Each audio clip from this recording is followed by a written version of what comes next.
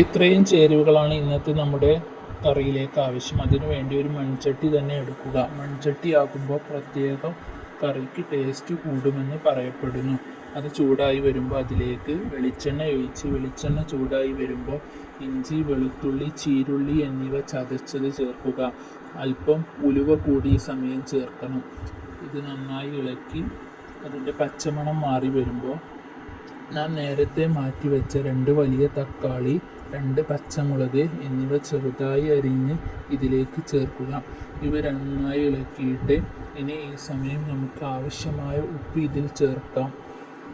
ആവശ്യമായ ഉപ്പ് ചേർത്താൽ ഈ തക്കാളിയും ഉള്ളിയുമൊക്കെ പെട്ടെന്ന് വെന്ത് കിട്ടും. നന്നായി വെന്ത് വരുമ്പോഴാണ് കറിക്ക് മുഴുപ്പും ടേസ്റ്റും ഒക്കെ കിട്ടുന്നത്.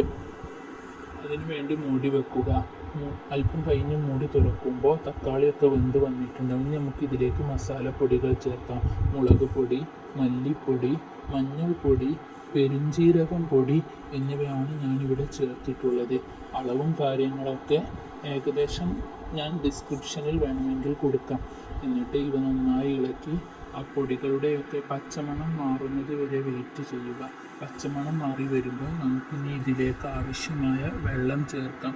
എനിക്കിവിടെ 2 കപ്പ് വെള്ളമാണ് ആവശ്യമായത്.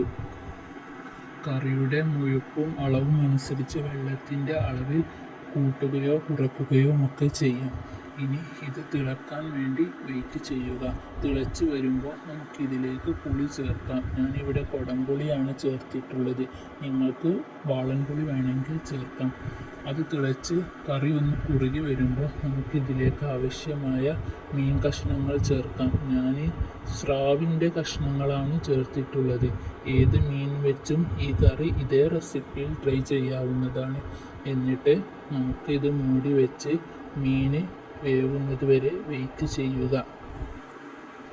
അല്പനേരത്തിന് ശേഷം മീനൊക്കെ വെന്ത് എന്ന് നമുക്ക് ഏകദേശം ടൈം മനസ്സിലാക്കിയാൽ നമുക്ക് മൂടി തുറന്ന് ഇതിലേക്ക് കറിവേപ്പില ചേർത്ത് അല്പം പച്ച വെളിച്ചെണ്ണ കൂടി ചേർത്ത് ഫ്ലെയിം ഓഫ് ചെയ്താൽ അടിപൊളി മീൻ കറി റെഡി.